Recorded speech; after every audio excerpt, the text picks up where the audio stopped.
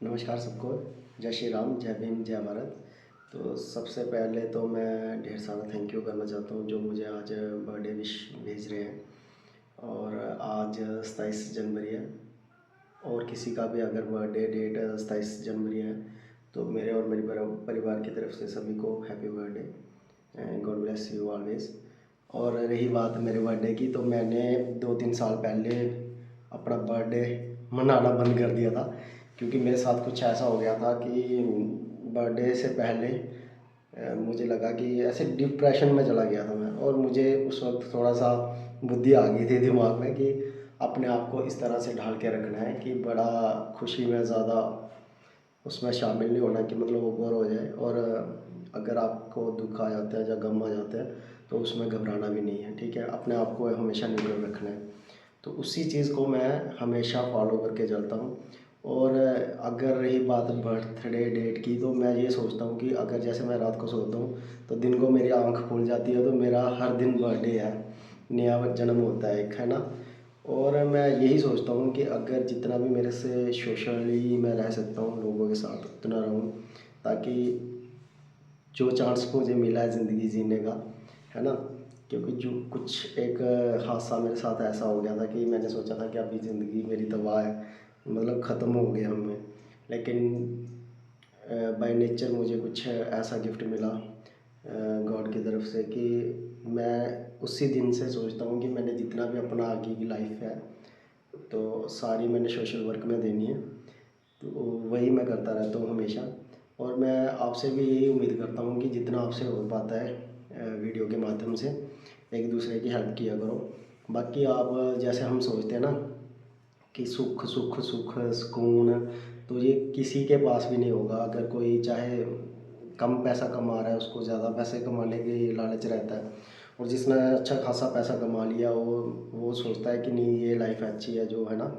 जिनके पास private job है वो गवर्नमेंट जॉब के पीछे रहते हैं, और जिनके पास गवर्नमेंट जॉब है वो सोचते हैं कि प्राइवेट वालों का अच्छा रहता है। बच्चे सोचते हैं कि बड़े जल्दी होना है हमने, और बड़े सोचते हैं कि नहीं बचपना ही सही था। कुछ ऐसे ऐसी लाइफ होती है कि जो टाइम के साथ सब कुछ सिखा देती है हमें।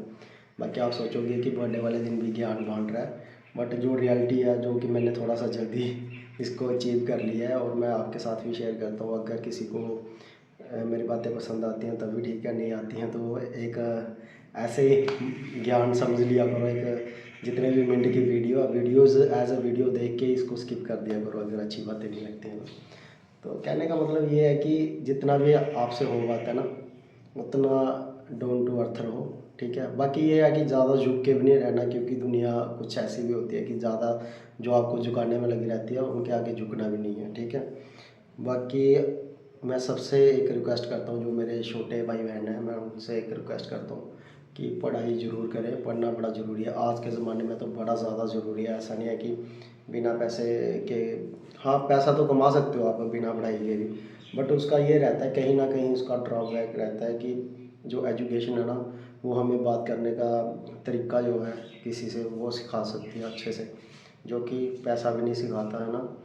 तो मैं यही चाहता हूँ कि हर एक बच्चा जो है घर का पढ़ लिख के अच्छी अगर जॉब मिल जाती है तो ठीक है, अगर नहीं मिलती तो काम करे, कुछ भी करे, अपना नाम करे। और फिर से मैं एक रिक्वेस्ट करता हूँ कि जितना हो सके आप सोशली रहो। और मैं जैसा कि सोशल वर्क में जुड़ा हूँ आफ्टर इलेक्शंस में, तो कई सारे केस जो कि मैंने सुलझाए भी हैं। बाकी तो कई बंदों की नीड्स होती हैं, पानी की, बिजली की, ये वो, तो ये तो चलो मसले मैं कर लेता हूँ अपने हिसाब से। बट कुछ ना कुछ जो पुलिस स्टेशन में केस पहुँचते हैं तो उधर भी कई बार हमें जाना पड़ता है। तो मुझे कहीं ना कहीं लगता है कि अगर जो जेन्युइन हो तो मैं तो उसका भी साथ देता हूँ कि नहीं, इसको बंदे को जेन्युइन प्रॉब्लम है और इसकी प्रशासन द्वारा हेल्प होनी चाहिए। बट कहीं ना कहीं कुछ फेक केस भी आ जाते हैं जो प्रशासन को भी पता होता है और हमें भी सामने दिख रहा होता है कि मतलब ये फेक केस है।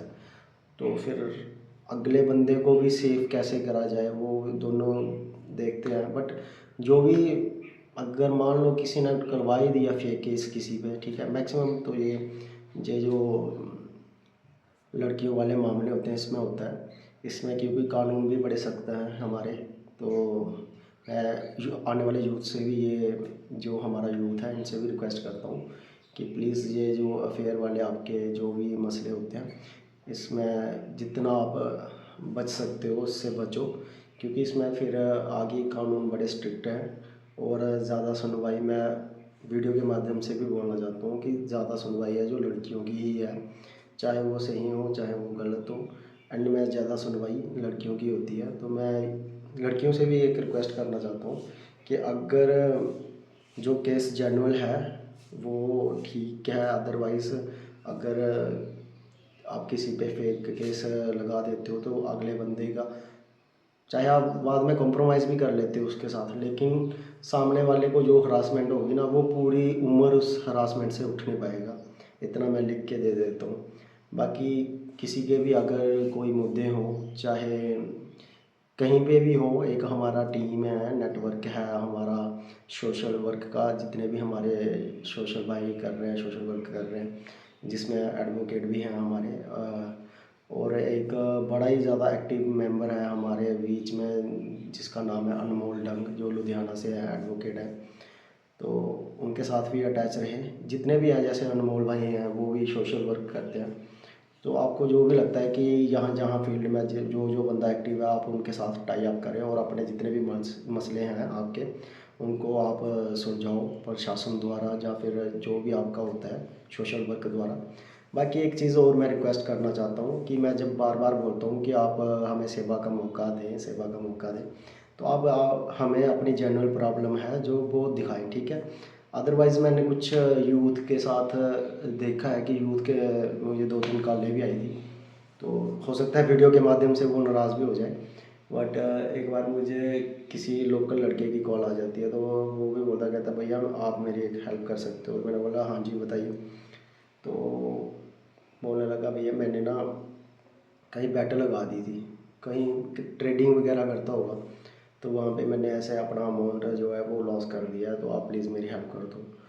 तो आप बताओ कि अगर मैं भी वीडियो के माध्यम से पब्लिक को कुछ बोलूँगा, तो क्या बोलूँगा कि बंदे की हेल्प करो, इसने ट्रेडिंग में कुछ कर दिया है, मतलब पैसे वो कर दिए या कुछ भी।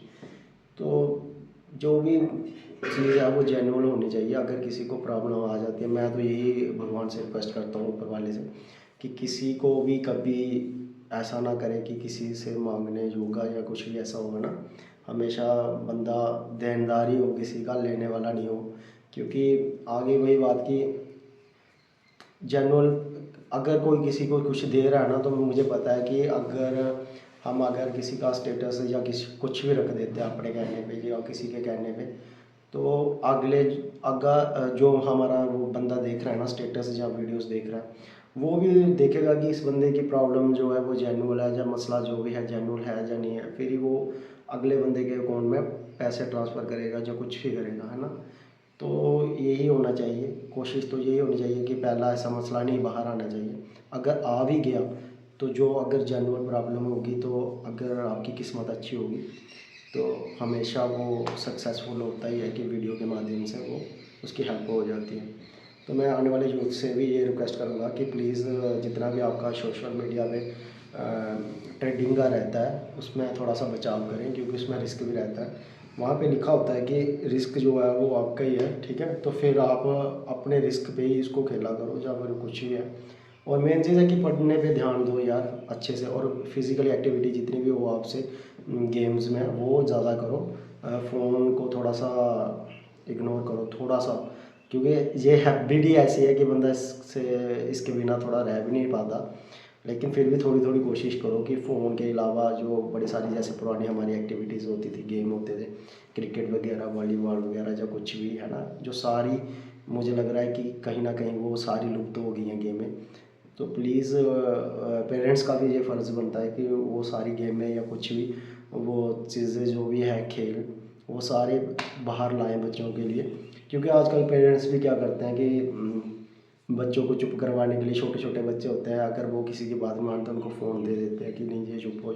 और बच्चे भी भाई ऐसे होते हैं कि आजकल के बच्चे कि फ़ोन देख के वो चुप हो जाते हैं। तो कहने का मतलब कि इस वक्त तो हमें ऐसा लगता है एज ए पेरेंट्स कि हमारे बच्चे चुप हो गए हैं या कुछ भी, तो शरारत नहीं कर रहे हैं, फ़ोन में डूब गए हैं, तो चलो हम काम कर लेते हैं कुछ भी ये वो, लेकिन उसका जो इन फ्यूचर में रिज़ल्ट रहेगा वो बड़ा ख़तरनाक रहेगा। बच्चों एज ए पेरेंट्स, बच्चों के साथ जो बच्चों की पेरेंट्स के साथ जो है अटैचमेंट में कमी रहेगी बड़ी ज़्यादा। तो यही ज़्यादा केस चल रहे हैं, है ना। तो मैं तो यही रिक्वेस्ट करता हूँ कि इस चीज़ को ना, जितना भी फ़ोन को, मेन चीज़ है फ़ोन।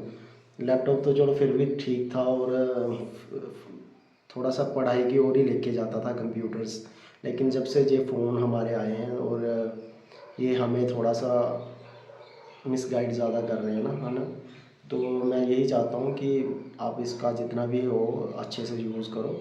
बाकी बड़ी सारी चीज़ जो ऐसी वैसी हैं तो उसको अवॉइड करो और अपने करियर की ओर ध्यान दो, क्योंकि लाइफ एक ही बार मिलेगी, बार बार नहीं मिलेगी।